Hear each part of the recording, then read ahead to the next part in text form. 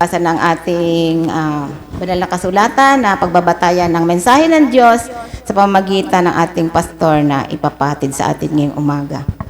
Sabi po sa Romans 1:1-5, si Pablo na alipin ni Kristo na tinawag na maging apostol, ibinukod sa Ebanghelyo ng Diyos, na kanyang ipinangako ng una sa pamamagitan ng kanyang mga propeta sa mga banal na kasulatan, tungkol sa kanyang anak na pinanganak sa binhi ni David ayon sa laman, na ipinahayag na anak ng Diyos na may kapangyarihan ayon sa espiritu ng kabanalan, sa pamamagitan ng pagkabuhay na mag-uli sa mga patay. Sa makatuwid bagay si Jesucristo na Panginoon natin, na sa pamamagitan niya ay tinanggap namin ang biyaya at pagka-apostol sa pagtalima sa pananampalataya sa lahat ng mga bansa dahil sa kanyang pangalan. Pagpalain po nawa ang pagkabasa ng banal na kasulatan. Makakaupo na po ang lahat.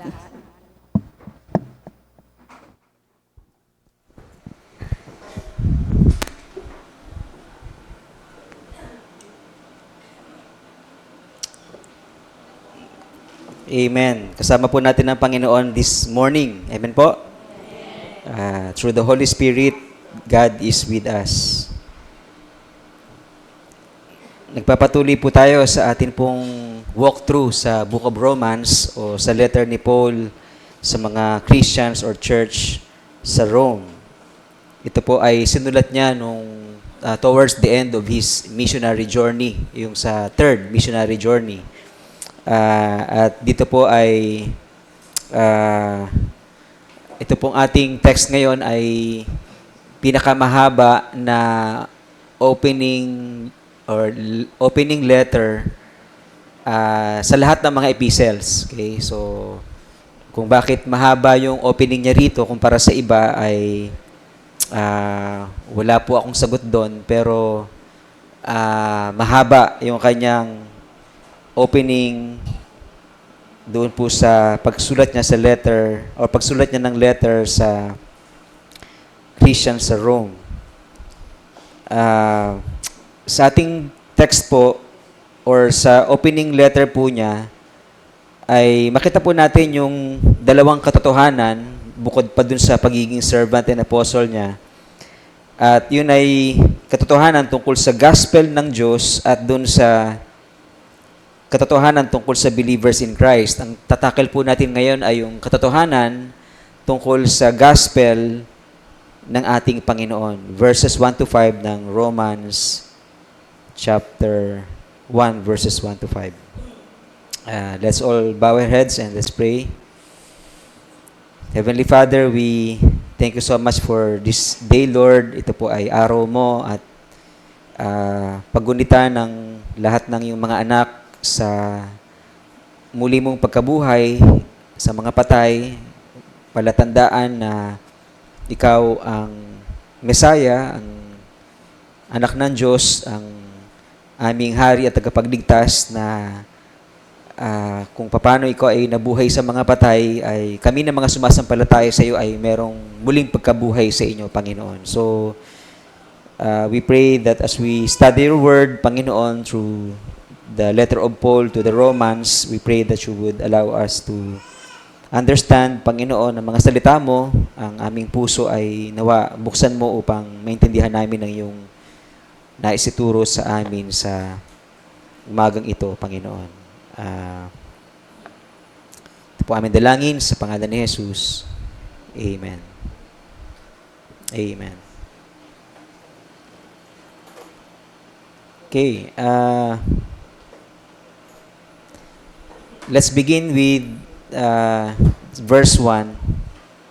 Sabi po sa ating talata, si Pablo na alipin ni Jesucristo na tinawag na maging apostol, binukod sa Ebanghelyo ng Diyos or Gospel of our God.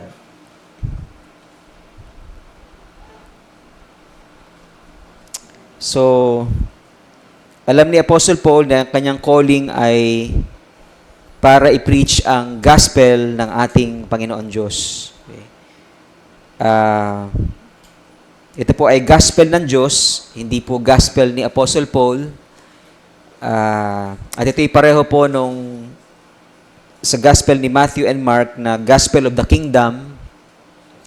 At ganun din, ito ay pareho nung Gospel of Jesus Christ. Okay, so when we talk about the Gospel of the Kingdom, it's the same with the Gospel of Jesus Christ or the Gospel of God. Okay? Kaya hindi tayo masyado na particular o die hard dun po sa mindset na kingdom of God lang tayo, kundi what we preach is about the gospel of God, the gospel of Jesus Christ, at ito'y pareho nung gospel of the kingdom.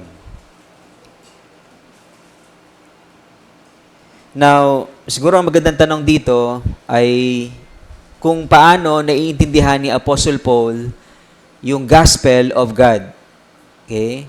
Sapagkat sa kanyang opening letter, na supposed to be ay greetings lang, no? Greetings, yung kanilang nakagawian na pamamaraan ng pagsusulat ng panahon ng Biblia.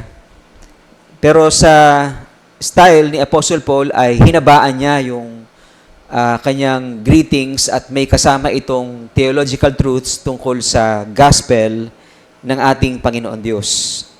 At makita po natin sa kanyang presentation ng gospel ng Diyos or maikling presentation ay naipakita niya ng malinaw at eksakto yung gospel ng ating Panginoon Diyos sa maikling paraan. At makita po natin na yung gospel na ito ng ating Diyos ay, according to Apostle Paul, was promised long ago. Okay? So, in other words, ang gospel ng Diyos ay naipapahayag na ever since. Ano po? Sa Old Testament pa lang po ay ipinapahayag na ang gospel ng Panginoon sapagkat ito'y pinangako na ng Diyos long ago. Sa verse natin po, sa verse 2, na kanyang ipinangako ng una sa pamagitan ng kanyang mga propeta sa mga banal na kasulatan. Okay. Yung audience po ni Apostle Paul dito ay mga Hudyo at mga Hentil na naging Kristiyano. So, aware ang mga Christian Jews dun sa scripture kung saan ang mga prophets ay binabanggit ayon sa kapahayagan ng Diyos, pinapakilala na ng Diyos simula pa lang nung una ang darating na Messiah. Okay? In fact, sa Genesis chapter 3:15, doon natin makikita yung tinatawag nila na proto-evangelion or evangelium, na ang ibig sabihin ay first gospel. Sapagkat doon ipinahayag ng Diyos sa Garden of Eden ang pagdating ng Messiah. Okay? Of course, wala pang idea si Adam and Eve tungkol sa Messiah o yung magliligtas sa kanila sa kapahamakan sa apoy na impyerno sapagkat hindi pa nila naintindihan yung mga bagay na yun ng araw. Pero alam nila na dahil sa kanilang mga kasalanan ay dapat silang mamatay. Meron na silang kaisipan na dahil sa ginawa nilang paglabag sa kalooban ng Diyos, sila ay mamamatay. At ang kamatayang yun ay hindi lang physical na kamatayan, kundi ito'y spiritual death. That's why doon pa lang, early on, sa Garden of Eden, ay pinahayag na ng Diyos ang proto-evangelium or yung first gospel na kung saan si Satanas na siyang nagudyok kay Eva para suwayin ang utos ng Diyos at ang balak niya ay patayin si Adan at Eva, ito ay babalik ta rin ng Diyos pamagitan ng binhi ng babae na dudurog sa kanyang ulo. At yung si Satanas naman ay siyang tutuklaw ng sakong ng Messiah. Kaya naman, dito natin maintindihan ang katotohanan na yung darating na Messiah ay merong suffering na mararanasan sapagkat ayon sa prophecy, even during the time na bago paalisin si Adam and Eve sa Garden of Eden, ay binanggit na ng Diyos ang tutuklaw sa sakong ng binhi na kung na yun ay walang iba kundi ang ating Panginoong Jesus.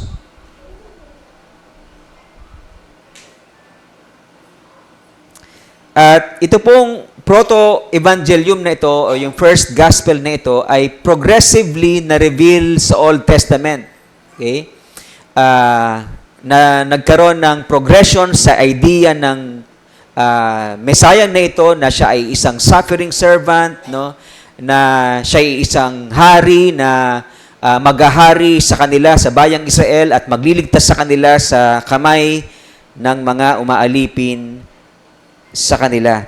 At ito pong mabuting balitang ito ay nagkaroon ng fulfillment sa pamamagitan ng ating Panginoong Hesukristo. Sa ating verse po, sa verses 3 to 4, tungkol sa kanyang anak na pinanganak sa binhi ni David ayon sa laman, na pinahayag na anak ng Diyos na may kapangyarihan ayon sa Espiritu ng kabanalan sa pamamagitan ng pagkabuhay na maguli sa mga patay, sa makatuwid bagay si Hesukristo na Panginoon natin.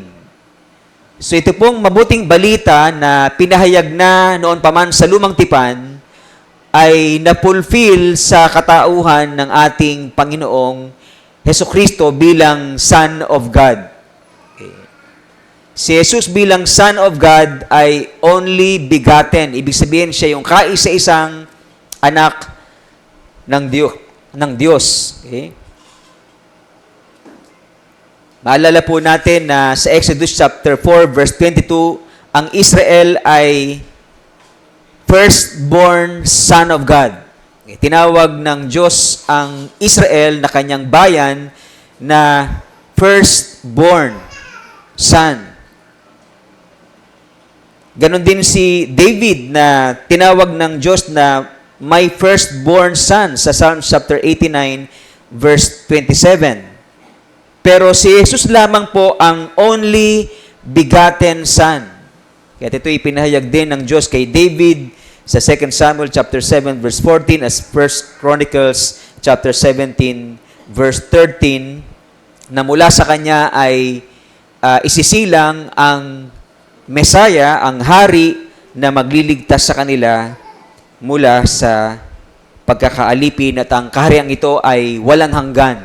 Okay. So in other words, yung kaharian na darating, yung paghahari ng Messiah ay hindi katulad ng sa tao na natatapos, kundi ito'y walang katapusan, sapagkat ang bababa upang maghari sa Israel at sa atin ay ang walang hanggang Diyos na nagkatawang tao.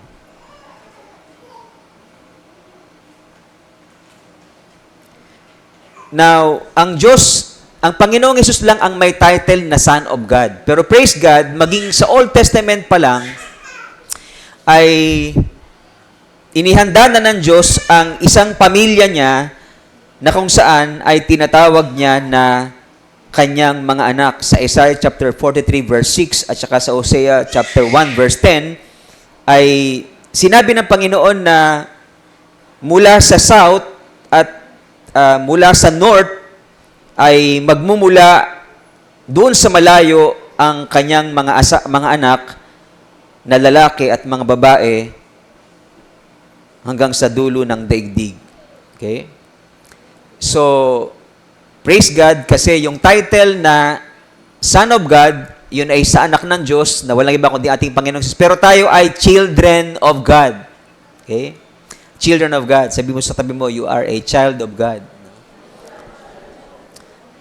Okay? Pero syempre, kailangan matiyak natin na tayo ngay mga anak ng Diyos at malalaman natin yon sapagkat sabi sa John chapter 1 verse 12, ano sabi doon? Sino mang tumanggap sa Kanya at sumampalataya sa Kanyang pangalan, kaninong pangalan yon? Pangalan ng ating Panginoong Hesus, ay binibigyan ng Diyos ng ano? Ng karapatan na maging anak niya. Si Jesus ang nag-iisang anak ng Diyos, pero tayo ay adopted children of God because of our faith and because we receive Jesus Christ as our Lord and Savior. Okay?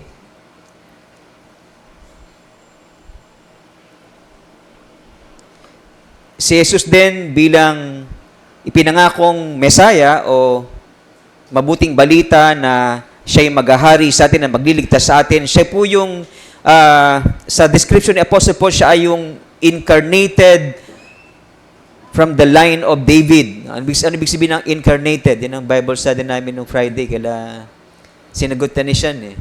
Incarnation. Incarnation, yung kakompetensya ng Alaska. Yan ba yun? Ay, carnation pala yun. Ang incarnation ay yung sa katawang tao ng Diyos. Di ba? Yung Diyos na nagkatawang tao. At yun ay walang iba kundi ang ating Panginoong Yesus at ang kanyang pagkatawang tao ay ayon din sa hula ng mga propeta, no, kay Haring David, no, na sinabi ng Diyos na mula sa kanyang lahi ay manggagaling ang Son of God, ang Messiah, na maghahari sa atin ng isang walang hanggang kaharian at magliligtas sa atin sa pagkakaalipin mula sa kasalanan. Okay? Now, napakahalaga nung doktrina tungkol sa pagsasakatawang tao ng Diyos sapagkat siya'y naging tao na katulad natin. So, in other words, dahil siya'y naging tao, naiintindihan niya tayo. Okay? Sabi po sa Hebrews chapter 2, verses 17 to 18, kaya't nararapat na sa Kanya na sa lahat ng mga bagay ay matulad sa Kanyang mga kapatid. Siya'y naging katulad natin, upang maging isang dakilang saserdoteng maawain at tapat sa mga bagay na nauukol sa Diyos, upang gumawa ng pampalubag loob patungkol sa mga kasalanan ng bayan. Verse 18, palibhasa'y nagbata siya sa pagkatukso, ibig sabihin, siya ay nag-suffer mula dun sa panunukso ng kaaway, siya ay makakasaklolo sa mga tinutukso. Wow. Yun ang isa sa mga importance ng pagsasakatawang tao ng Diyos. Hindi lang para ialay ang kanyang sarili upang mamagitan sa Diyos at sa atin na makasalanan upang tayo maligtas, kundi para tayo maintindihan ng Diyos. Okay? So kung walang umiintindi sa'yo, kung may mga tao na hindi ka naiintindihan, tandaan mo, merong nakakaunawa sa'yo. Yun ay walang iba kundi ang ating Panginoong Hesus. Palapakan po natin ang Panginoon. Okay? Nakakalungkot kaya yon, di ba? No? Yung parang feeling mo hindi ka naiintindihan. Di ba? Marami ay, o yung iba, kundi lahat, ay na-depress, di ba? Nakakaroon ng feeling of depression. Yung depression ay extreme na yon, di ba? At may tuturing na siyang sakit, no? Mental disorder. Mental disorder na hindi dapat humantong tayo sa depression. Pwedeng malungkot lang tayo at doon tayo naintindihan ng Panginoon. Ayaw ng Panginoon na humantong tayo sa depression, no? Yung sobrang lungkot, no? Sa mga nangyayari sa ating buhay. Naintindihan tayo ng Diyos, no? Pero hindi naman gusto ng Diyos na manatili tayong nalulungkot, di ba? Dapat ay maintindihan natin na ang Diyos sa kanyang nung siya'y naging tao, naintindihan niya tayo, no? Sapagkat siya'y tinukso rin, pero hindi nagkasala. Diyos kasi siya, pastor, kaya hindi siya nagkasala. No. Hinubad niya yung kanyang pagka-Diyos upang sa anumang paraan siya'y subukin at mapatunayan na siya ay banal, no? Banal na Diyos mula pa man nung una na nagkatawang tao at para sabihin din sa atin na tayo ay pwede ring mamuhay ng may kabanalan. Sapagkat siya'y nagtagumpay sa tukso at mga pagsubok, tayo rin naman ay pwedeng magtagumpay sapagkat siya'y nagtagumpay na. So, ang kanyang victory ay pwede natin maging victory kung tayo'y magtitiwala sa Kanya na dahil kaya niya, ay kaya rin natin na pagtagumpayan ang mga pagsubok natin sa buhay. Okay? Ang ating Panginoong Hesus din ayon sa Gospel ng Diyos ay Son of God in power. No? Sa ating talata, makita natin na ang anak ng Diyos na may kapangyarihan. No?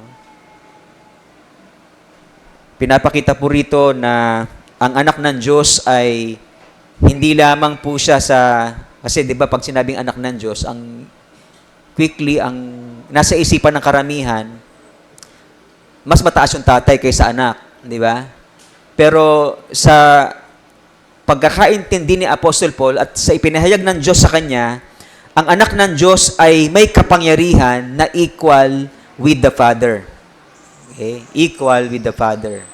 Bagamat hinubad niya yung kanyang pagka-Diyos, ibig sabihin, hindi niya ginamit yung kanyang pagka-Diyos yung mga panahon na dapat niyang gamitin yun. Pwede niyang gamitin yun, di ba? Sapagkat meron siyang mga sundalo sa kalangitan na pwedeng gapiin yung mga humuhuli sa kanya nung panahong siya'y hinuhuli. Pero hindi niya ginawa yon sapagkat meron siyang layunin na tayo iligtas sa tiyak na kapamakan sa pamagitan ng kanyang kamatayan. So, hinubad niya yung kanyang pagka-Diyos, pero siya'y Diyos na noon pa man na equal ang kanyang power with the Father. Kaya naman, di ba, mapansin natin sa presentation ni John the Apostle, kung sino si Jesus, siya yung Word, no, sa simula pa lang na nagkatawang tao, no? At siya rin yung Word na yon na lumikha ng lahat ng bagay. Yung Word na naging tao ay si Jesus Christ, yung Word ay mismong siya yung lumikha ng lahat ng bagay. So in other words, si Jesus Christ na Word na lumikha ng lahat ng bagay ay equal sa kanyang power with the Father.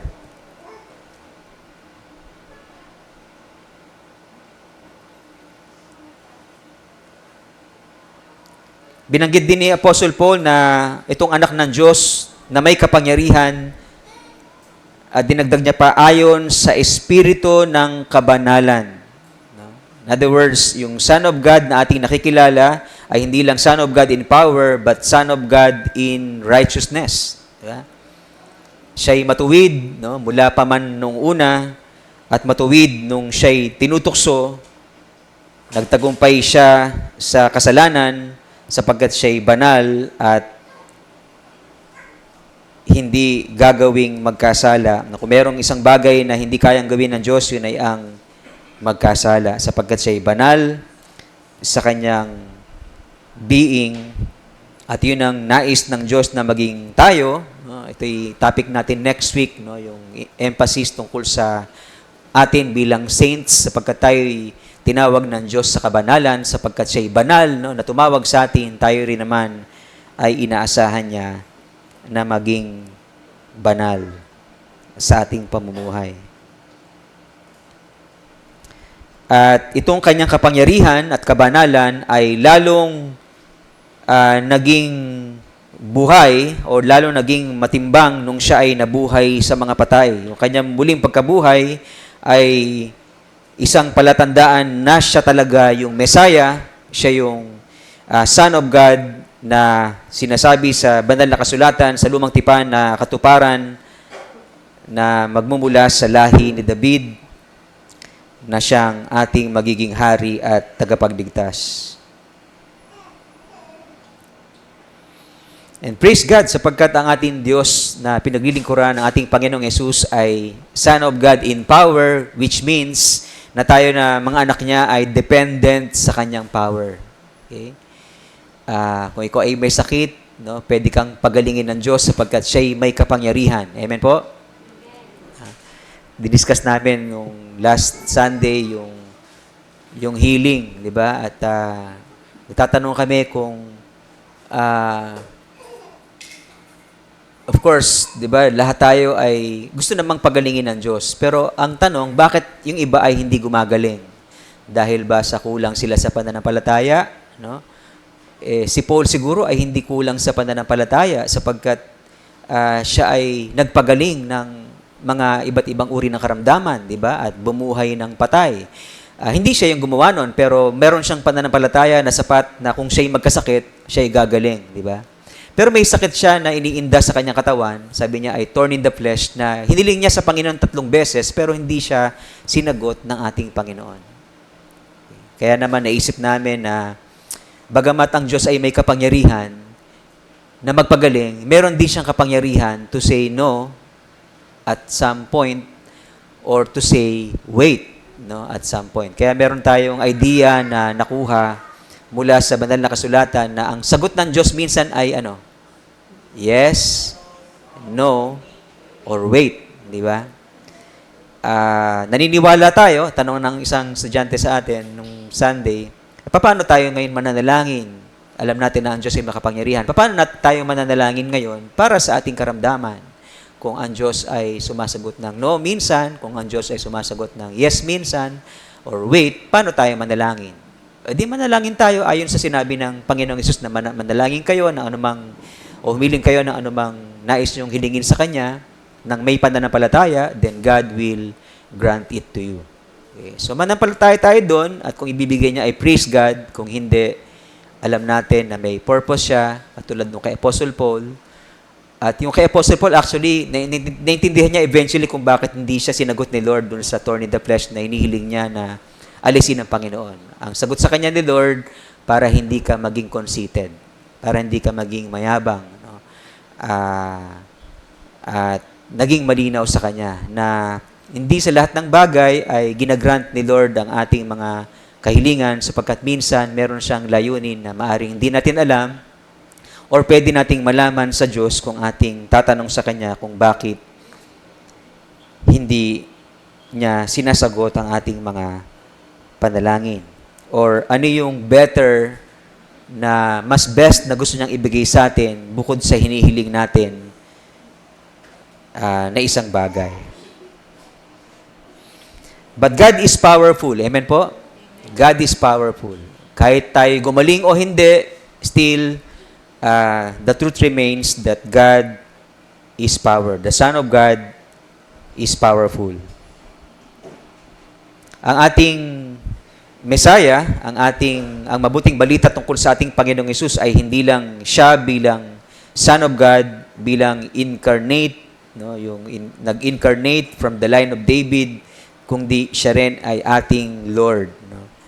Sabi sa ating talata, no, sa huling parte, sa makatuwid bagay si Jesucristo na Panginoon natin. Every time na ginagamit yung word na Lord sa New Testament, ang pagkakaintindi ng mga apostles dito, siya yung Lord sa Old Testament na L-O-R-D na ipinalit dun sa pangalan ng Diyos na Yahweh, sapagkat ayaw nilang banggitin ng mga Hudyo yung pangalang Yahweh, sapagkat baka iniisip nila pag binanggit nila yon sa walang kabuluhan ay nababiolate nila yung law ng Panginoon na wag gamitin ang kanyang pangalan in vain. So yung Lord sa Old Testament ay same Lord sa New Testament na walang iba kundi ang ating Panginoong Hesus na Diyos na nagkatawang tao. At yung Lord din ay merong connotation na siya'y master natin. So in other words, if you confess Jesus as Lord, hindi mo lang siya pinaniniwalaan na Diyos na nagkatawang tao, kundi siya'y pinaniniwalaan mong master ng iyong buhay. So kung master mo siya, anong gagawin mo? Magsasubmit ka sa Kanya. Okay? Kaya nung araw na tinanggap natin si Jesus bilang ating Lord and Savior, dapat totoo ka sa confession mo. Tinanggap mo siya bilang Lord which means na hindi na ikaw yung master ng iyong buhay, kundi si Jesus na ang master ng iyong buhay. So siya na ang susundin mo sa iyong buhay mula nung tinanggap mo siya bilang Lord and Savior. No? Kaya napakahalaga po ng lordship ng Panginoong Hesus sa ating buhay. Seryosohin natin ang pagiging Lord niya sa ating buhay by submitting our will sa Kanyang will. Now, ang gospel ng Panginoon ay at the same time grace-filled. Ano po? Sa description po, sa pag-elaborate po ni Apostle Paul ng Gospel of God, sinabi niya po na ito ay full of grace, no? Or binanggit niya yung grace sa ating text, no? At eventually sa ibang mga sulat ni Apostle Paul ay binanggit din na ito ay grace na talagang todong grace sa ating ng Panginoon, even mercy ng Panginoon na pinakita sa atin. Sa pamamagitan niya ay tinanggap namin ang biyaya at pagka-apostol sa pagtalima sa pananampalataya sa lahat ng mga bansa dahil sa Kanyang pangalan. Okay. Of course, bagamat binagyan din po rito ni Apostle Paul yung kanyang pagiging apostle, ang talagang binabanggit niya rito ay yung grace ng Diyos at saka yung calling niya bilang apostle. Pero binibigyan din niya rin na siya ay naligtas dahil sa pananampalataya. Yung pong kanyang experience po doon sa Damascus, nung magpakita sa kanya ang Panginoong Hesus sa pamagitan ng isang liwanag, ay meron siyang quick na or instant na karanasan na kung saan dun sa araw mismong yon siya'y iniligtas ng Diyos at tinawag bilang apostol ng Panginoon. Okay? So alam ni Apostle Paul na ang kaligtasan ay by the grace of God or by grace of God. Ang good news na alam ni Apostle Paul na galing sa Diyos ay isang good news na ibinabalita ang kaligtasan sa pamagitan ng biyaya ng ating Diyos. Ano po? Bakit po biyaya? Ano? Sapagkat sa matagal na panahon, napatunayan ng mga Hudyo, lalo na ng mga apostol, no, na ipinayag ng Diyos sa kanila na ang batas ni Moses ay hindi makapagliligtas ng sino mang kaluluwa. Okay? Sapagkat sa pamagitan ng batas ni Moses ay nalaman ng lahat ng tao na tayo ay makasalanan. Bakit po? Sapagkat lahat tayo ay sumuway. No? In one way or the other, tayong lahat po ay sumuway sa utos ng Diyos. No? Sabi ni James, no?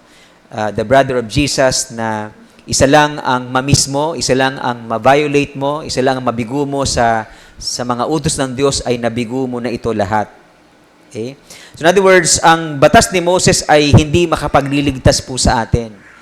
Kaya naman, isang maling katuruan na sabihin sa mga tao o turuan ng mga tao na sundin mo ang batas. Kung gusto mong maligtas ang iyong kaluluwa, ay sundin mo ang batas ng Diyos.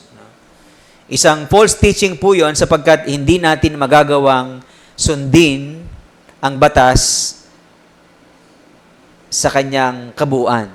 Maaring may masunod tayong ilan, no, pero meron tayong mabibigo sa batas ng Diyos. At kung mabigo mo yung isa, sabi ni James again, nabigo natin ang lahat ng ito. Hindi tayo umabot, no, sabi ni Apostle Paul sa Romans chapter 3 verse 23, "For all have sinned and fall short of the glory of God." Lahat tayo ay nagkasala at walang sino man ang umabot sa pamantayan ng Diyos ng kaluwalhatian or pamantayan ng Diyos ng katuwiran. Kaya ang kaligtasan ay sa pamagitan lamang ng biyaya ng Diyos. Mula pa lang sa una, alam na ng Diyos na ang tao ay magkakasala. Bago pa likhain ng Diyos ang sanlibutan, no? Ang tao ay alam niya na magkakasala at mamamatay, di ba? Yung sabi ng Diyos kay Adan, no? Wag mong kanin ang bunga ng kaalaman ng tama at mali sapagkat sa oras na kanin mo yon, anong mangyayari sa'yo?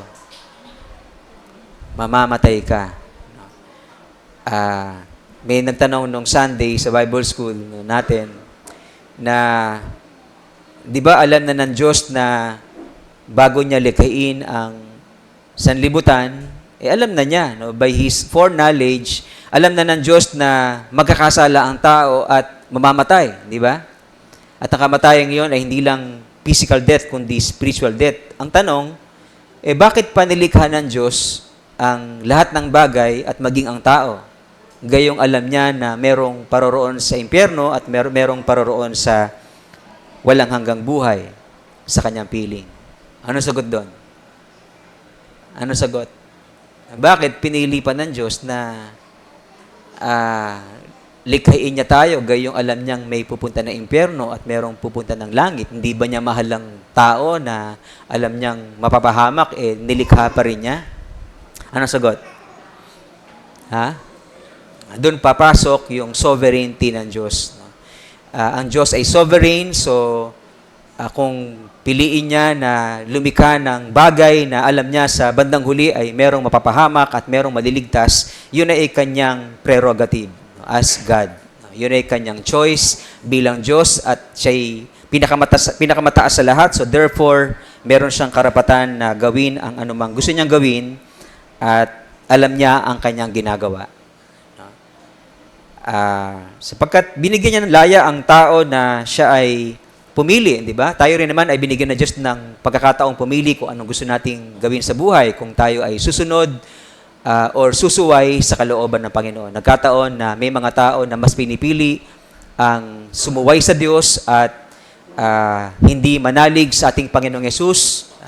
Dahil doon, sabi sa John 3:18, lahat ng mga hindi nanalig ay condemned already, ngunit ang mga nanalig ay not condemned.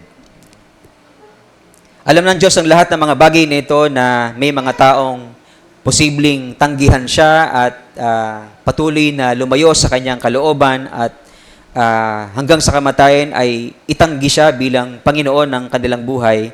Subalit, nananatiling gracious ang Panginoon sa sinumang magsisisi at lalapit sa Kanya upang humingi ng tawad at tanggapin siya bilang Panginoon at tagapagligtas. Ang kaligtasan po natin ay hindi sa ating mga gawa, hindi sa ating performance, kundi sa work ng Diyos sa pamagitan ng Kanyang anak. Sa Kanyang biyaya, si Jesus ay namatay para sa atin upang ang Kanyang dugo ay mabuhos sa krus at bayaran na ating mga kasalanan at bigyan tayo ng pag-asa ng muling pagkabuhay sa Kanyang piling. Palapakan po natin ang Panginoon.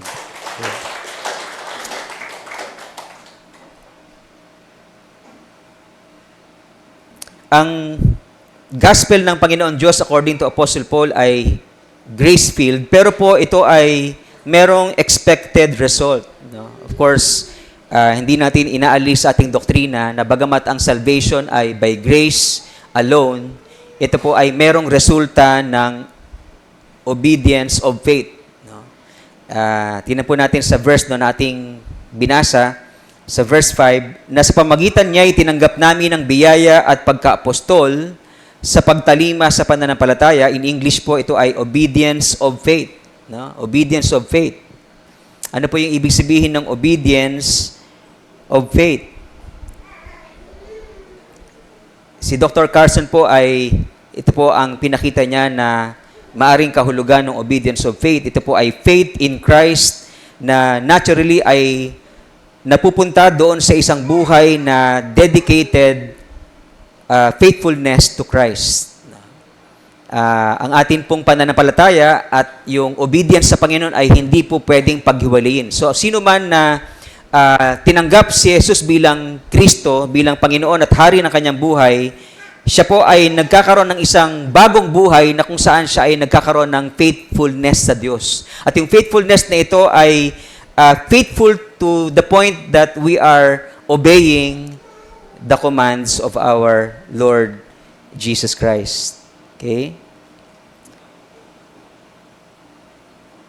Kaya naman po, ang evangelical community ay gumawa, kung merong isang formula na dapat nating paniwalaan tungkol sa doctrine of salvation, ang salvation ay by grace alone, through faith alone, in Christ alone, at ang result nito ay good works. Ang result nito ay changed heart. Sapagkat alam po natin ang sinabi po sa Ezekiel chapter 25, 36:25-27, na pinlano na ng Diyos noon pa man na dahil ang Israel ay sobrang tigas ng ulo, darating ang panahon, sabi niya, sa huling mga araw na babaguhin ng Diyos ang puso natin. Lahat ng sa Kanya ay tumanggap, lahat ng nanalig sa ating Panginoong Hesus ay magkakaroon ng changed heart. Magkakaroon ng pagbabago sa ating puso, na yung dating matigas nating puso ay palalambutin ng Panginoon at magiging masunurin sa Kanyang kalooban. Kaya po kung tayo ay nagnanais na matiyak na tayo nga ba talaga ay born again na, madali lang po yun na malaman. No? Ang gagawin mo lang ay obserbahan ng iyong sarili kung nagbago na ba or binago na ba ng Diyos ang iyong puso. Yung dating matigas mong puso na pag ikaw inuutusan ng iyong magulang, no, or ng iyong guardian, hindi ka sumusunod dahil matigas ang ulo mo. Nung na-born again ka, nung tinanggap mo si Jesus sa iyong buhay bilang Panginoon at tagapagligtas, nung ikaw ay nagsisi sa iyong mga kasalanan at pinaghari ang Panginoon sa iyong buhay, nagkaroon ng changed heart na sa iyong buhay. Binago ng Diyos ang iyong puso. upang yung dating matigas na puso ay palambutin at matutong sumunod sa kalooban ng ating Panginoong Yesus. So bantayan mo yung sarili mo. Ano na ba yung mga nagbago sa aking buhay? Ano yung mga proof na ako'y binago na ng Panginoon? Okay? Doon po natin makikita na tayo nga ay tunay na mga mananampalataya sapagkat binabago ng Panginoon ang ating puso. Kung dati ay masuwayin kasi yung mga magulang dahil alam mo na sa banal na kasulatan ay tinuturo ng Diyos na ang mga anak ay dapat i-honor ang kanilang parents, no? At sundin ang kanilang mga magulang, then ikaw ay sumusunod sapagkat yun ay yung pagsunod po natin ay isang act of faith sa ating Panginoon na alam natin na ito'y galing sa Kanya, so therefore, susundin natin ang ipinag-uutos niya. Yung iba sa atin na dati ang pag-iisip pagka ginawan ka ng masama, gawan mo rin ng masama, di ba? Pero nung binago na ng Diyos ang iyong puso at ang iyong isipan, nalaman mo sa Kanyang salita na sabi ng Panginoon, gawan mo ng mabuti ang gumagawa sa iyo ng masama, no? So therefore, binago ng Lord ang iyong puso, ikaw ay sumasampalataya sa Diyos at dahil sa iyong pananampalataya sa Kanya, sinusunod mo ang Kanyang utos at gumagawa ka ng mabuti sa mga gumagawa sa iyo ng masama. Kaya sa tuwing merong bumabato sa atin ng bato, binabato natin ng tinapay na may kasamang garapon. Ha? Ay, wala pala. Dapat. Binabato natin ng tinapay, ibig sabihin, bine-bless natin ang lahat ng mga gumagawa sa atin ng masama. Okay? So, magugulat sa iyo ang kaaway mo sapagkat sa birthday niya, meron kang ipapadalang birthday cake. Ano? Kaya mo ba yun? Gawin? Yung mga gumagawa sa iyo ng mga, or nananakit sa iyo ay dapat gawa natin ng mabuti sapagkat yun ang kalooban ng Panginoon. Ginagawa natin yun sapagkat yun ay ating act of faith. Yun po yung obedience of faith. Ano po? Kaya tayo sumusunod sa Diyos kasi nananampalataya tayo sa Kanya. Kaya yung iba ay hindi sumusunod sa Diyos o sa Panginoong Yesus sapagkat wala silang pananampalataya sa ating Panginoon. Yung pananampalataya natin, according to James din, di ba, ay hindi dead, kundi ito ay pananampalatayang may kalakip na gawa. Ibig sabihin, hindi pwedeng pag-iwalayin yung pananampalataya at yung paggawa ng mabuti ayon sa kalooban ng ating Panginoong Yesus. Okay? Pero hindi po tayo gumagawa ng mabuti para tayo ay maligtas. Di ba? Yun yung false teaching na ang kaligtasan ay sa pamagitan ng pananampalataya plus good works. Ang kaibahan po natin sa false doctrine na yon, ang atin po ay naligtas tayo sa pagitan ng pananampalataya na may resultang mabuting gawa. Sapagkat yung plus ay ibig sabihin, kapag wala yon, hindi ka maliligtas, di ba? Kumpara doon sa kung kulang yon, maliligtas ka pa rin. Sapagkat kahit anong gawin natin ng paggawa ng mabuti, minsan meron pa rin tayong failure, di ba? Hindi natin marireach yung perfection, kung perfection ang gagawin sa ating basihan ng Diyos para tayo maligtas. Hindi natin marireach yung perfection in terms of righteousness. Walang makakagawa sa atin na magiging matuwid tayo ng 100%, no? At least baka hanggang 99% pwede pa. Pero wala sa atin ang matuwid, wala kahit isa. Kung merong isang matuwid na pwede nating tukuyin ay walang iba kundi ang ating Panginoong Yesus. Siya lang ang matuwid, walang iba. Kaya hindi pwedeng idagdag sa atin ang requirement ng kabanalan para tayo maligtas sapagkat walang sino man ang matuwid, wala kahit isa. At magkakamali pa rin tayo magkakamali, kaya naman ang provision ng Panginoon sa atin sa 1 John 1:9 ay ano? If we confess our sins to Him, He is faithful and just to forgive us and to cleanse us from all our unrighteousness. So, sapagkat alam ng Diyos na tayo ay magkakasala, sinabi ni Apostle John na ang sino man nasa Panginoon, dapat ang born again ay hindi na nagkakasala. Pero alam niya rin ang katotohanan na tayo ay nagkakasala sapagkat sinabi niya no, na ang sino mang magsabi na wala siyang kasalanan ay sinungaling. Di ba? In other words, nagkakamali pa rin tayo at alam niya ng Diyos, kaya hindi niya pwedeng gamitin yung katuwiran bilang requirement para sa ating kaligtasan sapagkat lahat tayo ay failure doon. Ang kaligtasan ay by grace alone, through faith alone, pero ang resulta po nito ay obedience of faith. Pananampalataya na may kalakip na gawa at kahit anong gawin natin na kabutihan, minsan may pagkakataon pa rin na magkakamali tayo at doon tayo pinapatawad ng Diyos. Kaya naman, every day ay nararanasan natin ang grace ng Diyos. Amen po? Diba? Sapagkat halos araw-araw ay nagkakasala tayo, di ba? Nagkakamali tayo sa ating kapwa at tayo ay pinapatawad ng Panginoon sa mga pagkakataong humihingi tayo ng tawad sa Kanya. Now, kung meron akong gustong iwan sa atin na isang mahalagang katotohanan at yung word ng Diyos sa atin, ito yung katotohanan na si Apostle Paul ay hindi lang familiar doon sa gospel of God, sa mabuting balita na kanya pinapangaral, kundi master niya yung gospel na kanyang pinapangaral, yung good news na kanyang pinipreach. So in other words, ang isang totoong mananampalataya ay dapat ganun din, di ba? Tayo na mga anak ng Diyos, katulad ni Apostle Paul, bagamat si Apostle ay hindi naman pwede na i-excuse natin ang mga sarili na hindi natin alam ang gospel sapagkat naranasan natin ang gospel, di ba? Nung ako'y na-invite na magturo doon po sa AVR, sa ating prayer meeting doon po sa city government, sa ating pong city hall, sinare ko po yung katotohanan na ang lahat ng true believers can present the gospel. No?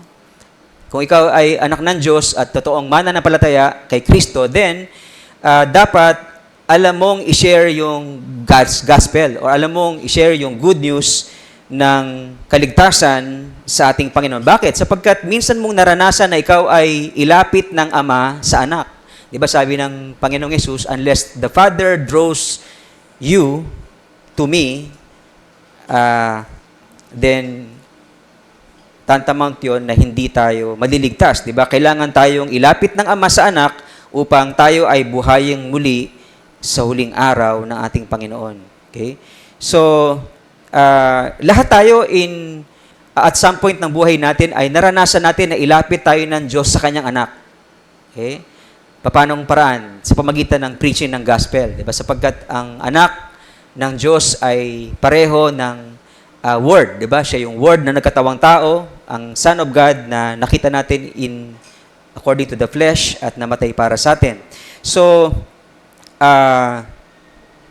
naranasan natin at one point in our life na ilapit tayo ng Diyos sa kanyang anak sa pamagitan ng gospel na nai-preach sa atin nung araw.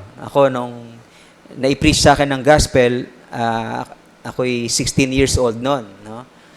Pero ako'y nag-backslide ng 3 years, noong 1989, saka ako nagbalik loob sa Panginoon at doon ako naging fully surrendered sa ating Panginoon bilang ating Lord and Savior at doon ko naranasan ang tunay na pagbabago na ginawa niya sa aking buhay.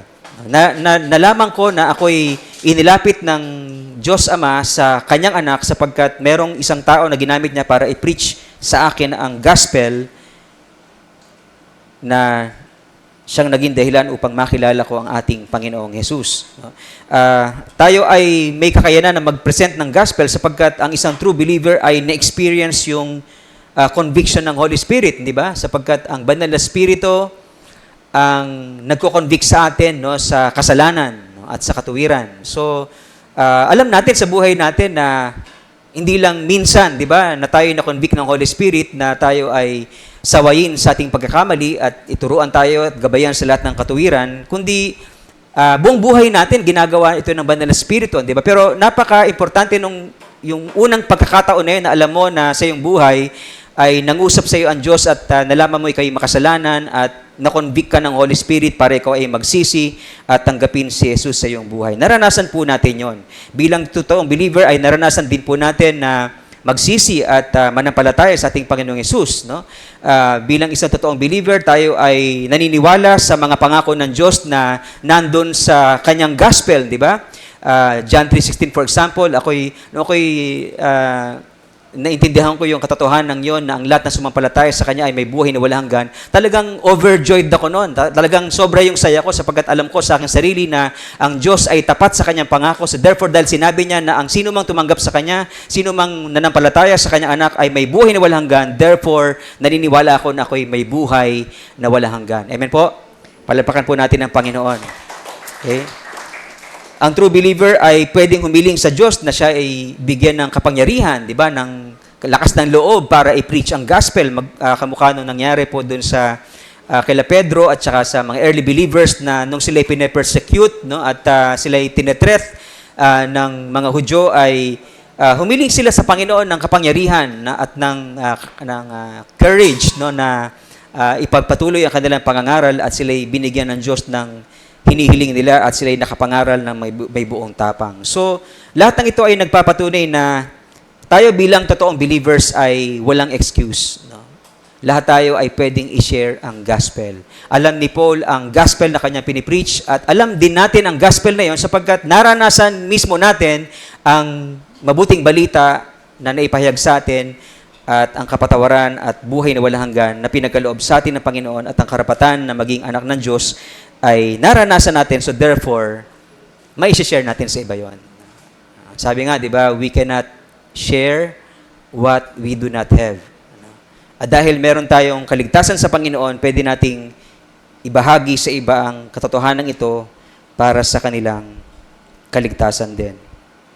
Now, tungkol sa gospel, no, nais kong i-share din sa inyo yung katotohanan tungkol sa plano ng Diyos ng kaligtasan. Dapat yung mga theologians po ay sa pamagitan ng isang disiplina sa pag-aaral ng Biblia na tinatawag na systematic theology ay nakabuo ng isang doktrina ng kaligtasan in such a way na yung kaligtasan yon ay merong progression, no? Or kaya ay merong pace, no? Paces, no?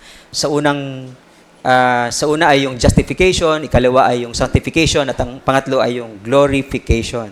Okay? Nung una, akala ko, nung kabataan ko, yung kaligtasan ko ay bagamat totoo na tapos na, pero meron ding itong sense na hindi pa ito tapos. Okay? Ligtas na tayo, pero patuloy pa tayong inililigtas ng Panginoon. Yun yung hindi ko alam nung ako'y kabataan. Alam ko lang, yung katotohanan na kapag tinanggap mo si Jesus bilang Panginoon tagapagligtas, ikaw ay ligtas sa pamagitan ng kanyang biyaya. So, pero later on, naintindihan ko sa pag-aaral ng banal na kasulatan na yung kaligtasan natin ay merong hindi pa natatapos. Merong pang kinukumpleto ang Diyos hanggang sa araw ng kanyang pagbabalik. Pero sa unang yugto ng ating kaligtasan, sa Romans chapter 5 verse 9, tayo ay pinawalang sala na. Okay, justified. Meaning tayo ay kumbaga sa court ruling, tayo po ay declared not guilty. Okay? Dahil po sa biyaya ng Diyos, dahil sa dugo ng ating Panginoong Yesus, binayaran niya ang ating mga kasalanan ng kanyang dugo at tayo sumampalataya sa Kanya at nanalig sa Kanya bilang ating Panginoong Yesus. Therefore, tayo ay pinatawad at binigyan ng karapatan sa buhay na walang hanggan, pinawalang sala, no? Declared righteous.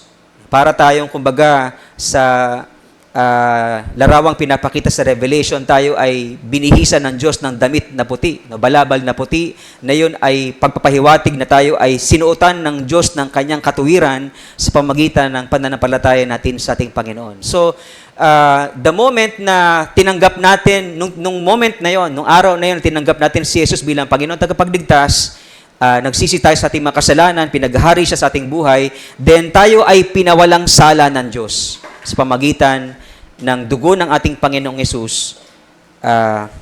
At dahil doon tayo ay tiyak na maliligtas sa puot ng Diyos sa pamamagitan niya.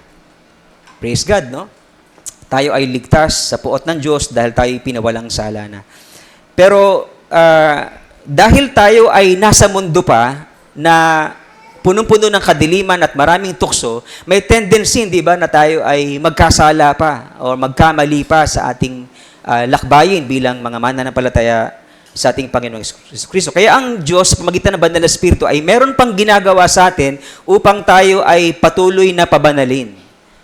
Okay? Sabi sa Romans chapter 6 verse 22, datapwat ngayong mga laya na kayo sa kasalanan at naging mga alipin ng Diyos, kayo ay mayroong inyong bunga sa ikababanal or sanctification at ang wakas ay buhay na walang hanggan.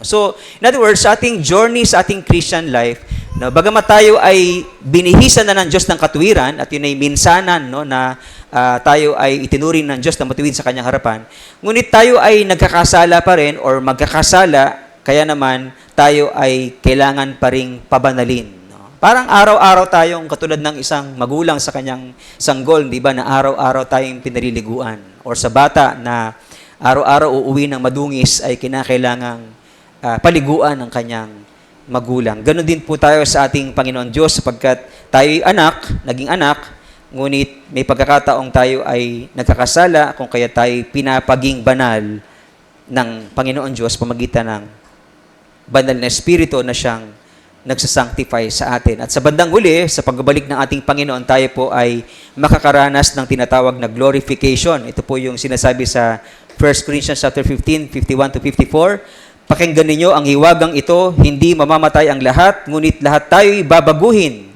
sa isang sandali, sa isang kisap mata, kasabay ng huling tunog ng trumpeta. Pagtunog ng trumpeta, ang mga patay ay muling bubuhayin at hindi na mamamatay.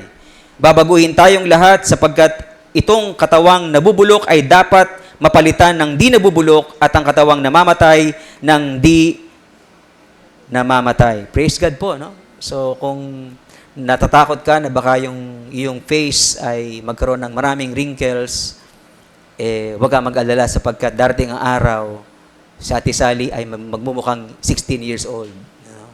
Sa kanyang kutis. No? Babaguhin ng Diyos ang ating katawang panlupa ng katawang panlangit. No? Kaya ito, no, lagi natin tandaan para hindi tayo malito at saka maligaw ng kaaway. Ang pagdating ng Panginoon ay napaka-specific. No? Diyan po sa talatang yan, makita po natin na pagdating ni Lord, merong trumpeta, di ba, na marinig po tayo, pagtunog ng pakakak. At anong mangyayari? Susunod. Nga, talagang aware kayo? Ha? Biglang babagsak yung mga damit natin, ganun ba? Tapos maging invisible tayo, tapos merong eroplanong babagsak, merong jeep na mga babanggaan, ganun ba yung mangyayari? Ano yung unang mangyayari? Sabi sa Bible, ang mga patay ay muling bubuhayin. Yun yung mauuna. So, hindi tayo mauuna sa mga namatay. Inulit siya ni Apostle Paul sa mga taga-Thessalonica sa chapter 4, 1 Thessalonians, no, na sinasabi niya na hindi tayo mauuna sa mga namatay kay Kristo. Sila yung unang bubuhayin, bibigyan ng katawang panlangit. No? In other words, makikita natin sila na mabubuhay sa mga patay. So, yun yung dapat makita natin. Ang problema, nung pinanood natin yung Thief in the Night, o kaya yung mga pelikula dun sa tungkol sa, napanood nyo, yung sa Rapture, di ba? Ang pinakita, yung mga bumagsak na eroplano, gano'n, yung mga damit natin ay bumagsak. Gano. Pero ang totoong pinapakita sa Bible ay unang bubuhayin yung mga namatay. Parang walang pinakita sa atin no, nung napanood natin yun. No? Dapat yun ang pinakita, parang di tayo malito. Kaya naman, yung iba ay hindi lang lito, kundi mali yung doktrina na kanilang pinaniniwalaan in terms of the coming of our Lord Jesus Christ. So, bubuhayin muna yung mga namatay, bibigyan ng katawang panlangit. No? Kaya makikita na po natin doon si Pastor Ruben, makikita po natin doon yung ibang mahal natin sa buhay na nauna sa atin, na sumasampalataya sa Panginoon. Sila yung unang bubuhayin. At magkatapos sila, tayo po ay bibigyan ng katawang panlangit. No? Iniisip ko nga na paano kaya yun? No? Yung sa isang kisap mata ay yung katawang panlupa natin, papaltan ng Diyos ng katawang panlangit. Sa isip-isip ko, parang ang mangyayari, parang lang, hindi ko lang kung totoo, na in an instant, no, at the twinkling of an eye, sabi, di ba? Babaguhin yung katawang panlupa mo ng panlangit. So, ito pa rin yung suot mo. Parang instantly, magiging panlangit yung katawan natin, di ba? Yung hindi na nabubulok. No? Kasi pagkahubad, pangit naman yun, di ba? Na hubad tayong lahat, no, na siguro may damit pa rin tayo, no? Kung ano yung suot natin noon. Tayo ay sasalubungin. O kaya baka bigyan tayo ng damit na spiritual, di ba? Na wala tayong malis na mararamdaman ng mga panahon yon. But very exciting, ano po? At kung tutuusin, di ba? Sa dami ng problema natin, no? sa dami ng mga kaaway natin, sabihin natin, Lord, please come. No? Come, Lord Jesus, no? Para matapos na. Pero mas maganda kung bago dumating si Jesus, magkasundo, di ba? At mapagtagumpayin natin ang mga problema at tukso na kinakaharap natin sa ating buhay. Now, ano yung importance na alam natin yung plano ng Diyos ng kaligtasan para sa atin? Bakit mahalaga na malaman natin na tayo ay ligtas at may plano ang Diyos ng kaligtasan na hindi pa tapos? No? Bagamat tayo ligtas na, pero tinatapos pa ng Diyos yung ating journey hanggang tayo iharap ng Diyos Ama sa kanyang sarili ng matuwid at banal sa kanyang harapan, sapagkat ang Holy Spirit ay kumikilos sa atin upang tayo pabanalin hanggang sa huling araw. So, unang importance nito ay pagka alam mo yung plano ng Diyos ng kaligtasan, syempre, magkakaroon ka ng kapayapaan sa iyong puso. Di ba? Yung iba na ang kanilang paniniwala sa doktrina ng kaligtasan ay may kasamang gawa, walang kapayapaan siguro yon, di ba? Sapagkat alam mo sa iyong sarili na hindi ka minsan gumagawa ng mabuti. At dahil doon, tuliro ka, di ba? At balisa sapagkat, paano to? Meron akong kasalanan na gawa. Meron akong hindi ako nakagawa ng mabuti, so hindi ako madiligtas. So parang walang kapayapaan sa ganong klaseng pag-iisip na tayo ay kinakailangan gumawa ng mabuti para maligtas. Kaya naman, para sa atin, gumagawa tayo ng mabuti hindi para maligtas, kundi dahil tayo iniligtas. Okay? Magkaiba po 'yon. Right? At meron tayong kapayapaan doon sapagkat ang kaligtasan natin ay dahil sa biyaya ng Diyos na pinadala niya kanyang anak upang mamatay para sa atin, maging kapalit natin sa krus na siya ang umako ng lahat ng ating kasalanan upang sa pamagitan ng kanyang kamatayan tayo ay mabuhay. So, sabi nga sa Romans chapter 5 verse 9, ngayong napawalang sala na tayo sa pamagitan ng kanyang dugo, lalo nang tiyak na maliligtas tayo sa puot ng Diyos sa pamamagitan niya. Wow.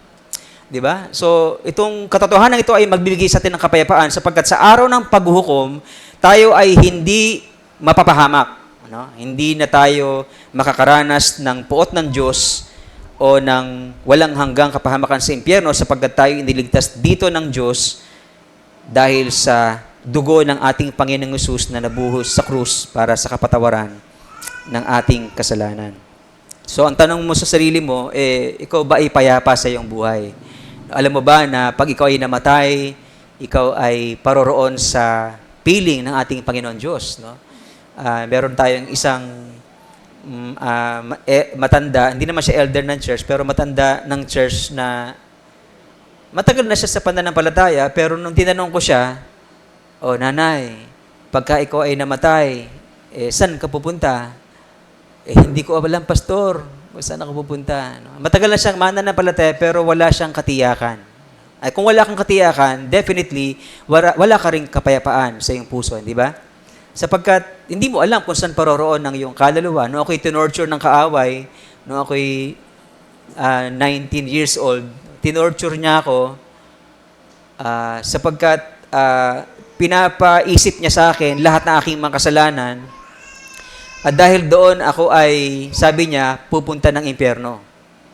Parang naglaro sa isip ko yon, no? At parang, hindi lang inisip ko, kundi natakot ako. No?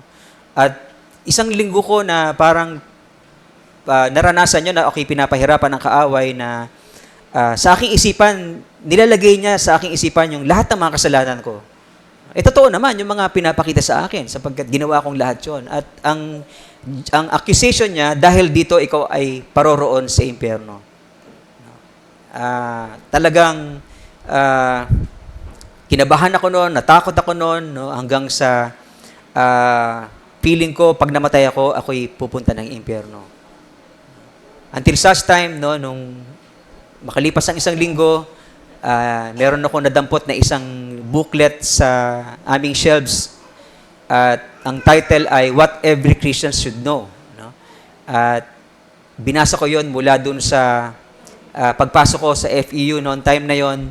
mula sa Alabang, binasa ko yon hanggang sa Loton, natapos ko yung book. No? At yun ay punong-puno ng mga katotohanan at pangako ng Diyos tungkol sa kapatawaran, tungkol sa buhay na walang hanggan, tungkol sa karapatan natin na maging anak ng Diyos, at lahat ng mga pangako na tungkol sa na nagbigay sa akin ng kapayapaan sa aking puso ng mga araw na yon. No? Natiyak ko sa aking sarili mula dun sa mga pangakong yon na ako'y ligtas, ako'y pinatawad na ng Diyos, ako'y may buhay na walang hanggan sapagkat tapat ang Diyos sa kanyang pangako.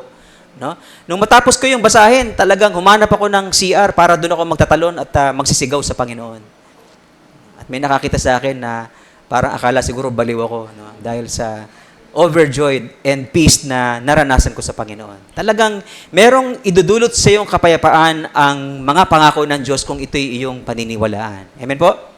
Kaya magtiwala po tayo sa Panginoon, tapat siya sa kanyang pangako, hindi siya nagsisinungaling at ang kanyang sinabi ay gagawin niya. So therefore, dahil sinabi niya na pinatawad ka na sa pamagitan ng kanyang dugo, dahil sinabi ng Diyos na ikaw ay hinugasan na sa iyong mga kasalanan, kung ikaw ay magkukumpisa lang yung mga kasalanan, dahil sinabi ng Diyos na ikaw ay may buhay na walang hanggan na, dahil sinabi ng Diyos na ikaw ay anak na ng Diyos, therefore magtiwala ka na ikaw ay anak ng Diyos, at kung ikaw ay anak, ikaw ay kasamang tagapagmana ng Panginoon sa kanyang kaharian. Amen po? Pangalawa, kapag alam mo yung plano ng Diyos ng kaligtasan, syempre ikaw ay magiging grateful sa Diyos, di ba? Syempre, dahil niligtas ka ng Panginoon, binigyan ka niya ng karapatan o kapatawaran muna bago yung karapatan na tawagin niyang anak. So, natural lang na tayo ay maging grateful sa ating Panginoon. Sa Hebrews chapter 12, verse 28, therefore, sabi hindi pinakilala ng manunulat kung sino siya sa aklat na ito, sabi, therefore, let us be grateful for receiving a kingdom that cannot be shaken. Maging grateful daw po tayo, mga kapatid. No? Yung gratefulness na yon ay yung pagpapakita ng appreciation or kindness or thankfulness. Di ba? Yung mga, naalala niyo yung mga babaeng sinapian ng mga masamang espiritu na dahil sila ay nakaranas ng pagliligtas ng Panginoon sa pagkakaalipin doon sa mga masamang espiritu na yon. Alam niyo ginawa nila sa verse 3, sabi nila dito, si Juana, asawa ni Chusa, katiwala ni Herodes, Susana, at iba pang marami, na ipinaglilingkod sa kanila ang kanilang mga tinatangkilik. That's gratefulness, di ba? Dahil naranasan nila yung ministry ng Panginoon, naranasan nilang sila'y ma-deliver ng Panginoon dun sa kamay ng kaaway, at sila'y nakaranas ng pagpapala ng Panginoon. Therefore, yung pagpapalang meron sila, out of their gratefulness sa ating Panginoon, ay ibinibigay nila sa Kanya. Yun yung gratefulness. No? Of course, hindi lang po sa pagbibigay tayo pwedeng magpakita sa ating Panginoon ng gratefulness sapagkat niligtas niya tayo, kundi sa ating buhay, di ba na tayo makapaglingkod sa Kanya sa anumang kaparaanan. No? Kung yung mga kabataan natin nag-iisip, wala naman akong pera, pastor, na pwedeng ibigay sa Diyos para ipakita nga ako ay grateful sa Kanya. Well, meron din naman sapagkat may baong ka na pwedeng kumuha ng portion para sa Kanya. Pero yung buhay mo ay pwede mong paglingkod sa Panginoon, di ba? Bilang pagpapakita ng iyong gratefulness sa Kanya dahil siya ay umibig sa iyo at nagligtas sa iyo. Number 3, mahalaga na malaman natin na tayo ay yung plano ng Diyos ng kaligtasan sapagkat yun ang magtutulak sa atin na maging gracious din sa iba, di ba? Sa Romans chapter 5 verse 8, nung tayo makasalanan pa, si Kristo ay namatay dahil sa atin. Niligtas tayo ng Diyos hindi nung tayo matuwid, no? Kundi nung tayo makasalanan, at lahat ng tao ay natagpuan ng Diyos na makasalanan sa kanyang harapan. So therefore, lahat ng Diyos ay mahal niya, pero yung special love ay naranasan nung mga nagsisi at sumampalataya sa Kanya. So, in other words, kung ang Diyos ay mahal yung mga, di ba, gracious siya dun sa mga makasalanan, dapat tayo ay gracious din sa mga makasalanan. Diba? Kaya tayo ay hindi marunong maghiganti, di ba? Sapagkat bukod sa Diyos ang paghihiganti, natutunan natin sa Panginoon ang pagiging gracious sapagkat tayo bilang sinners ay kinahabagan din ng Diyos. Okay? So, sino man ang pinapaisip sa iyo ng Diyos na parang inaaway ka o tinuturing kang kaaway, o nagkakasala sa iyo o sinasaktan ng iyong damdamin, well, nung ikaw ay makasalanan pa, at hanggang ngayon ay makasalanan pa rin, di ba? Or gumagawa ng pagkakamali, minsan-minsan, ang Diyos ay gracious sa atin, so therefore, let us also be gracious to others who sin not only to God, but also to us. At dahil alam natin yung plano ng Diyos ng kaligtasan, then makakatulong ito sa atin para, katulad ni Apostle Paul, ay iligtas din yung iba. No, sabi ni Apostle Paul, sa mahihina ako'y naging mahina upang mahikayat ko ang mahihina. Sa lahat ng mga bagay, nakabigay ako sa lahat ng mga tao, nakibagay, upang sa lahat ng paraan ay maligtas ko ang ilan. Of course, hindi si Apostle Paul yung magliligtas. Sinabi niyang maligtas ko ang ilan sapagkat siya ang kinakasangkapan ng Diyos, at maging tayo ay pwedeng kasangkapanin ng Diyos para maligtas din yung iba. Dahil alam natin yung plano ng Diyos ng kaligtasan, then sineshare natin yung planong ito sa iba upang sila rin naman ay maligtas. Tayong lahat ay magstayo at tayo ay patuloy na makinig sa Panginoon. Maaring sa mga panahon ng pakikinig mo ng mensahe ng Panginoon ay nangungusap sa iyo ang Panginoon. Meron siyang sinasabi sa iyo. Siguro, yung iba sa atin, feeling niya, siya yung kinakausap ng Diyos nung tinuturo sa atin yung katotohanan tungkol sa gratefulness. Maaring siguro sa buhay natin, di natin nagagawa o naipapakita sa Panginoon na tayo maging grateful dun sa kaligtasan na ipinakita niya sa atin. Siguro dahil masyado tayong busy sa ating work, busy tayo sa mga estudyante sa kanilang pag-aaral o sa pag-aasikaso sa tahanan. Kaya nakakalimutan natin siguro na maglingkod sa Panginoon, or maaring sa sobrang dami ng gastusin natin, feeling natin kulang pa yung sweldo natin para sa pangangailangan ng pamilya, kaya nakakalimutan natin magbigay. Dahil doon, parang nagkukulang tayo na ipakita kay Lord yung gratefulness doon sa blessings na tinanggap natin sa Kanya. Alam mo, yung blessings na binigay sa iyo ng Diyos ay sobra-sobra. Sapagkat hindi lang ito material blessings, kundi ito ay spiritual blessings, yung kapatawaran sa iyong kasalanan. Yung hindi lang ito minsan, di ba, na ikaw ay pinatawad ng Diyos sa iyong mga kasalanan, kundi sa bawat pagkakataon na ikay lumalapit sa Diyos upang humingi ng tawad, ang Diyos ay banal at tapat na handa kang patawarin sa iyong mga kasalanan. Ang Diyos ay gracious sa iyo at hindi matatapos, hindi mauubos ang Kanyang grace para iparanas sa iyo ang Kanyang pagkapatawad. At mula ron, I believe ang Diyos ay somehow naghahanap sa atin ng tugon. At ang tugon na yun na nararapat para sa Kanya ay gratefulness. Pwede kang magtalaga ng buhay mo ngayon sa Panginoon at magsabi sa Kanya, Panginoon, nagkulang ako sa bagay na ito. At tulungan mo po ako, Panginoon, na maging grateful sa inyo sa mga blessings na tinanggap ko sa inyo at tinatanggap pa hanggang sa ngayon, at tatanggapin pa. Tulungan niyo ako, Panginoon, na tumugon sa inyo ng tama. Panginoon, na yung tamang tugon ng pasasalamat. At yung pasasalamat na yun ay may kalakip na pagbibigay, may kalakip na paglilingkod sa inyo, sa aking mga magulang, sa aking mga kapatid, sa iyong iglesia, Panginoon. Lord, ito po ang nawa maging commitment ng bawat isa sa amin ngayon, Panginoon. Turuan niyo kami na magtalaga ng buhay namin para po maging grateful, magpakita ng thankfulness sa inyo sa kabutihan niyo po sa amin. Maring iba ay kinakausap ng Lord sapagkat merong kang kaaway o merong nangaaway sa iyo, may nananakit sa iyo, at ikaw ay nasasaktan at parang feeling mo sila naiintindihan pero ikaw hindi. Well, naiintindihan ka ng Diyos.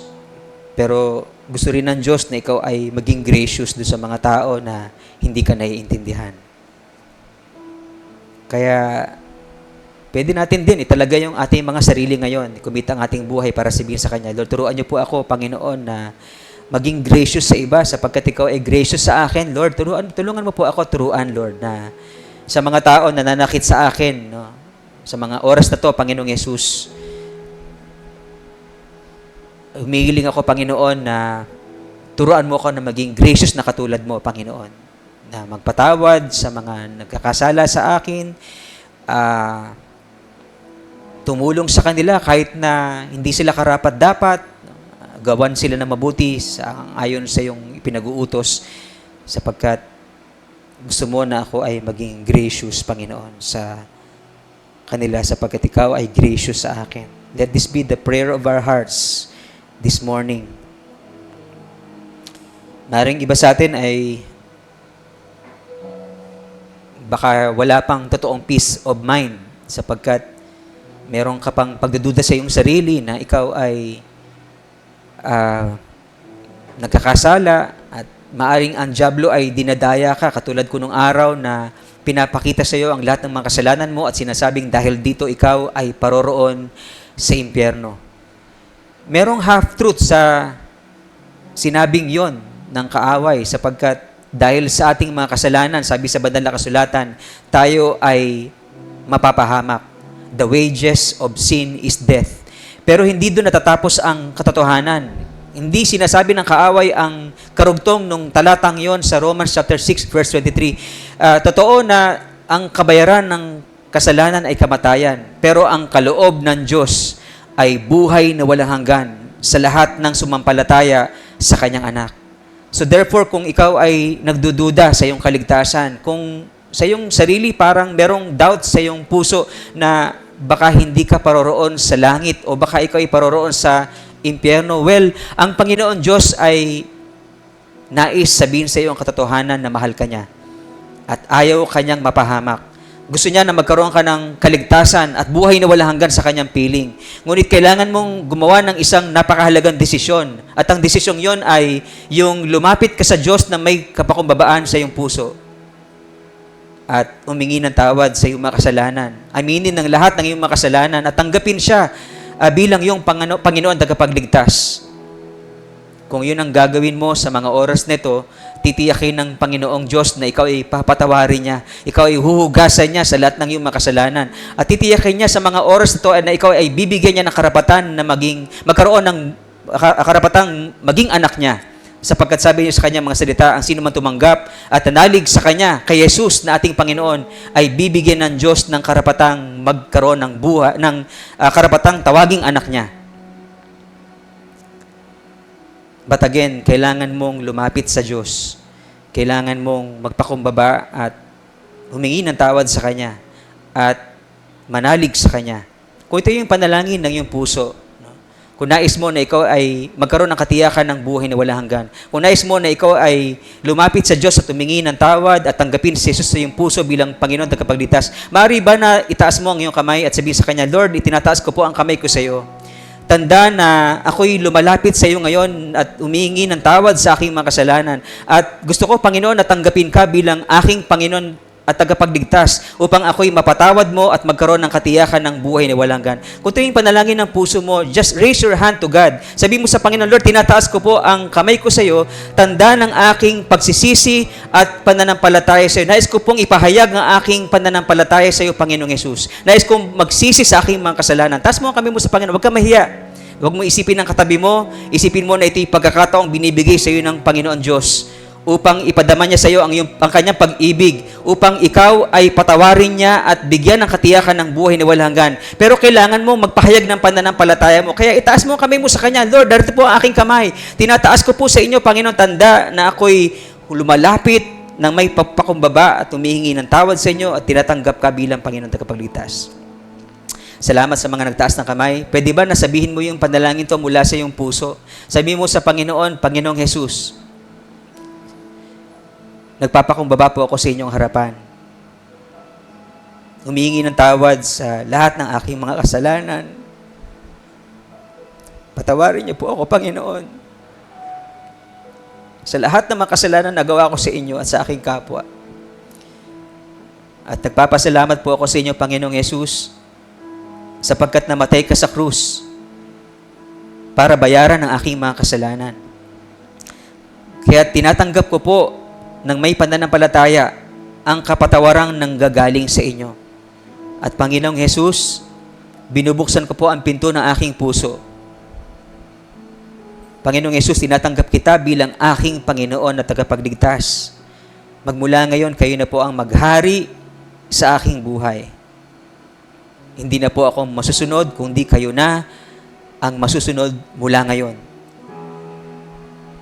Salamat po sa kapatawaran, salamat po sa buhay na walang hanggan na pangako mo sa akin ngayon sa pangalan ni Jesus. Amen. Pwede niyo na po ibaba yung inyong mga kamay at manalangin po ako sa ating lahat. Lord, salamat po sa mga oras to, Panginoon, na kayo po yung nangusap sa amin. Salamat sapagkat sa iyong biyaya, Panginoon, meron kaming kapatawaran at kaligtasan at karapatan na tawagin mong anak.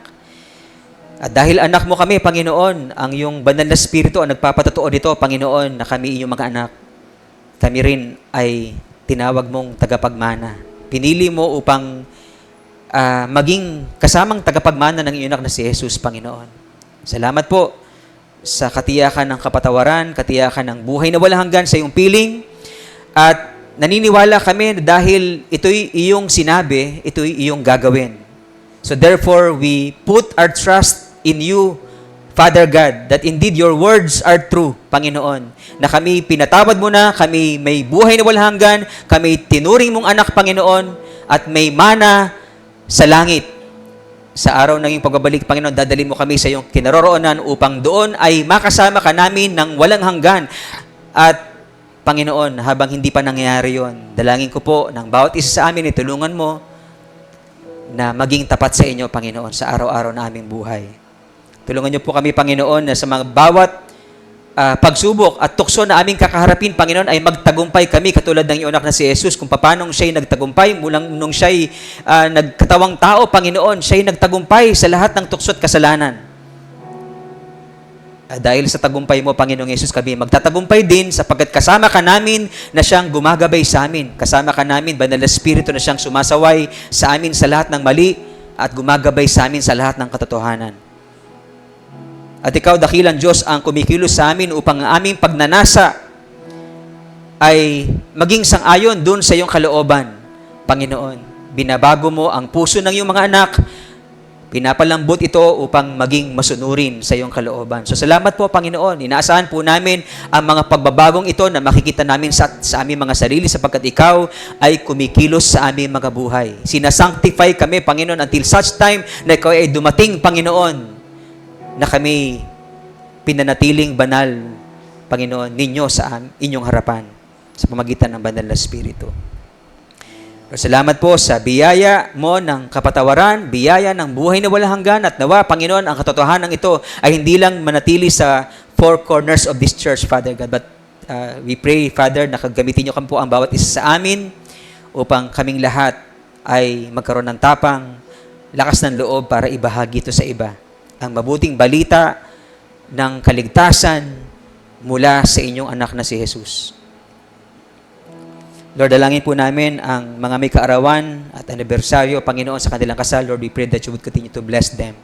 Panginoon, patuloy po na pagpalain ng kanilang buhay, ang kanilang pamilya, ang pagsasama ng mga mag-asawa. Panginoon, ingatan niyo po silang patuloy at ilayo sa mga masama.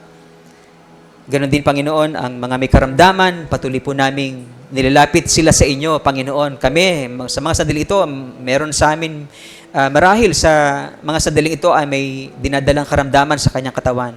Lord, sabi niyo sa salita, Panginoon, umiling kami na anumang bagay sa inyong pangalan sa pamagitan ng pananampalataya at ipagkakaloob niyo sa amin.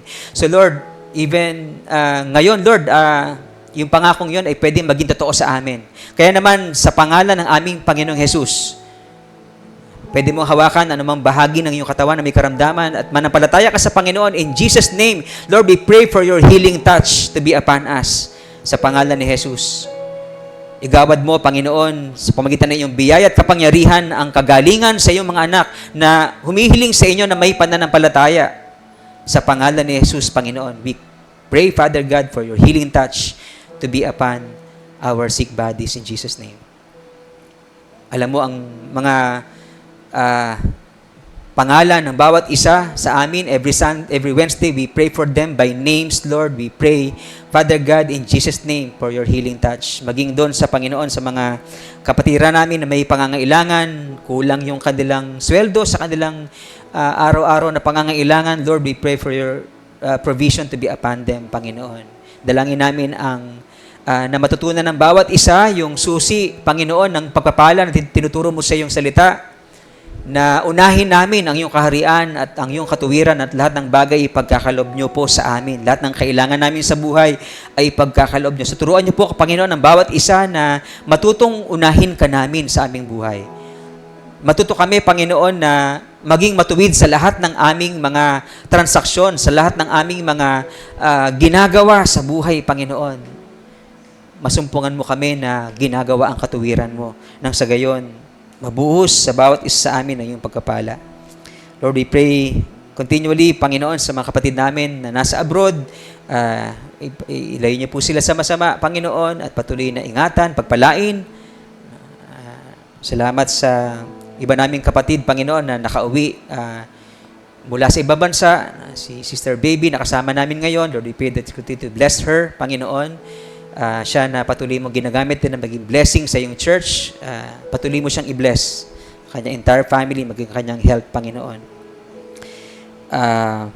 Sa amin, sa bawat isa sa amin, may mga negosyo, Panginoon.